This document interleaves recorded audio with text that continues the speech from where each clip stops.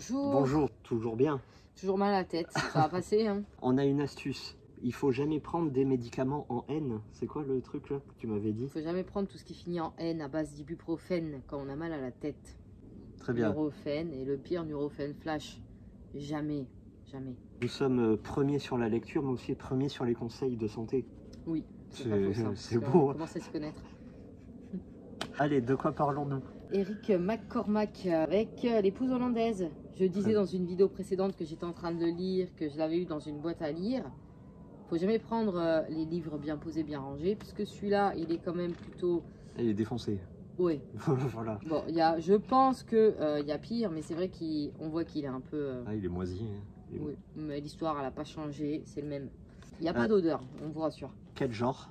Littérature blanche. Oui, 370 pages. Et en prime, nous avons même des messages secrets. Oui. Voilà. Et ça dit quoi? Le message, il dit, attention, ne lisez pas ce chapitre, ça spoil tout. Oui. Donc, bah, je ne l'ai pas lu du coup. C'est un peu comme Harry Potter et dans le 5e. Voilà. Hein, il trouve le livre avec les petites annotations. Bon, après, voilà. il faut savoir que moi, déjà à la base, les avant-propos, les machins, tout ça, oui. je ne lis pas. Oui. Édition signature. Qui es-tu, Eric? Eric, c'est un homme qui est né en 1938 en Écosse. Il a émigré au Canada en 66, dans le nord du Canada précisément. Ah, très bien. C'est un spécialiste du XVIIe siècle et de la littérature contemporaine. Il a écrit 4 ou 6 livres. Bon, je vais vous en citer 3. Nous avons Mysterium. Également Le nuage d'obsidienne et Mortel Paradise. Ok, très bien. Merci pour cette biographie. Peux-tu nous faire un pitch, s'il te plaît? Avant de faire un pitch, moi je vais dire que c'est la première fois que je lis Eric et que j'ai totalement aimé son écriture et son bouquin et sa façon de raconter l'histoire. Avant même un retour, je peux vous le conseiller. Oh, toi tu moi je suis comme ça, moi. Vous voilà. pouvez quitter la vidéo. Merci, au revoir. Parce que tu veux nous faire gagner du temps là. Exact. Alors le pitch, on va suivre Thomas van der Linden, qui est le fils de Rachel van der Linden. Oui. Qui va partir à la recherche de Roland.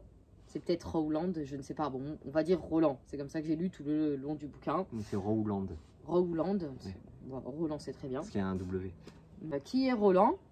Le premier mari de Rachel. Attention, du jour au lendemain, il n'est pas rentré chez lui. Il y avait la guerre, tout ça, tout ça. Se pointe un autre homme qu'elle ne connaît pas physiquement. Bonjour, je suis votre mari. Ah, c'est pratique. Rachel le laisse rentrer bon, bah, moi, et va faire sa meilleure vie avec. Et cet homme n'est effectivement pas Roland van der Linden. Mais il se présente tout comme.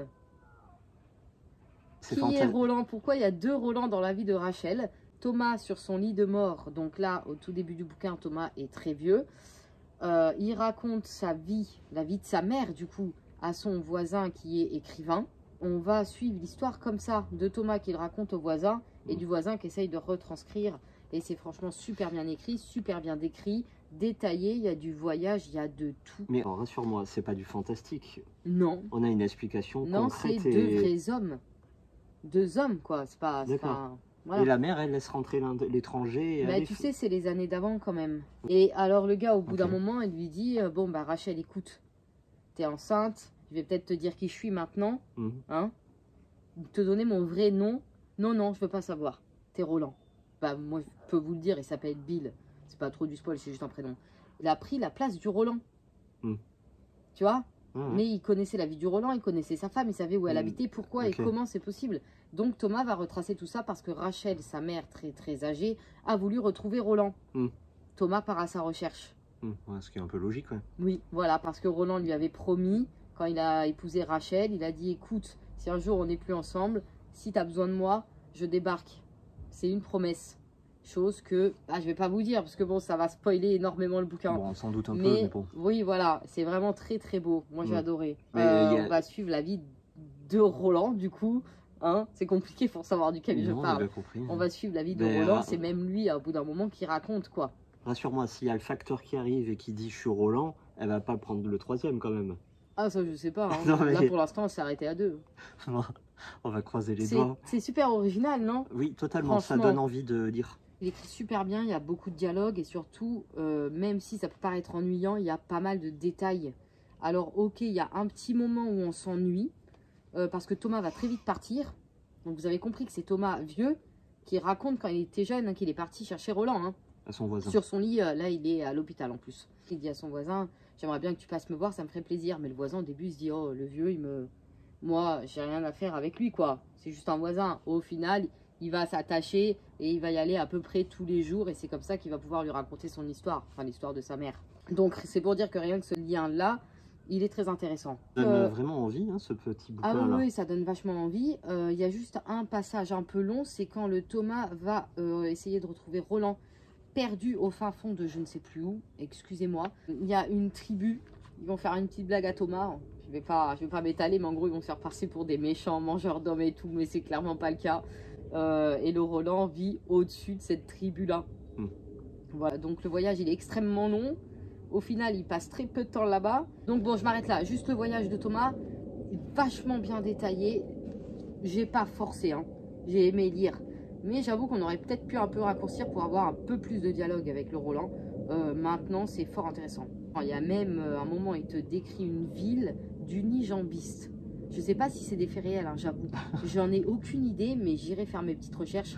Je pense pas, non. Une ville d'unijambistes et tout le monde a une jambe de bois parce qu'ils ont tous eu le même accident. C'est fou. Mais il y a de l'humour dans ce truc-là? Il y a des trucs un peu délirants ou ça se tient? Non, ça se tient franchement. Ouais, parce que le village du Il y a un peu d'humour, je te hein. dis, quand il part dans la ville du Roland, là. Avec la tribu, c'est pas mal, hein. Franchement, on voyage. Donc, que vous aimez être lire dans votre canapé, lire dehors au bord de la mer, lire dans la montagne, je pense que ce livre, il passe partout, en fait. Très bien. J'irai pas dire que c'est un livre de vacances, pourquoi pas après, hein. Mais il passe vraiment partout. Il est pas épais, il est pas lourd, il est maniable, il est trop bien. C'est rare que je corne des pages, mais il y a de très belles phrases que j'ai cornées. Ah. Déjà, merci pour ce retour. Oui. Est-ce que tu le conseilles? Si oui, à qui? Et quelle note, s'il te plaît? Je le conseille à peu près tout le monde. Franchement, je pense que c'est tout public. Il y a de très belles personnes dans ce bouquin-là. Et en plus... Attendez, faut que je tousse. Ça... Arrête. Je vais faire un petit aparté. Le premier à avoir été malade de nous deux, c'est toi. Oui. Et moi, j'aime bien partager, parce que dans la vie, il faut penser à autrui. Donc voilà, donc tu ne fais pas ça quand je tousse, d'accord? Et je sais pas si tu as remarqué, mais quand tu es malade et tu refiles à tout le monde, bah tu es moins malade. Mais c'est normal, tu viens d'être tombé malade. Psychologiquement, c'est un avantage. Hein, d'être le premier. Ouais. Tu te sens un point au moins quand tu as libéré tes bactéries. Très bien. Bon, allez, ta note, s'il te plaît. Voilà, fermez la parenthèse. Non, j'étais en train de dire un beau truc avant de tousser là. C'est quoi je disais?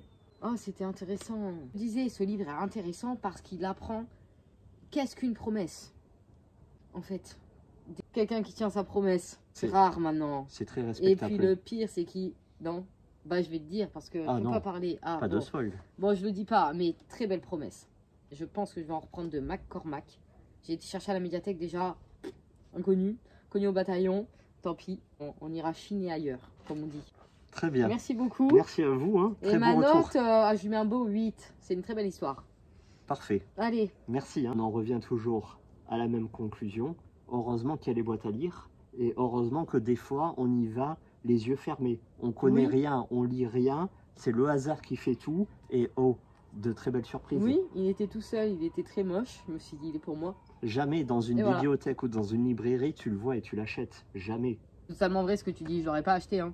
La couverture, elle m'attire pas du tout et elle fait ancienne. Alors je vais rassurer tout le monde. Non, le langage passe. Quoique je t'ai demandé quand même pas mal de mots. Mais c'est des mots intelligents et intéressants à connaître. Voilà. Non, faut pas non. La mouette. Faut pas non plus être Einstein pour comprendre. Non, faut pas être Einstein, mais c'est pour dire, il y a un langage. Il y a un langage que tout le monde peut apprécier et c'est pas ancien du tout. Oui, ça se tient, c'est une très bonne écriture. Oui, exactement. Près 14 minutes. Merci beaucoup sur ce. Merci à vous. À bientôt. Hein.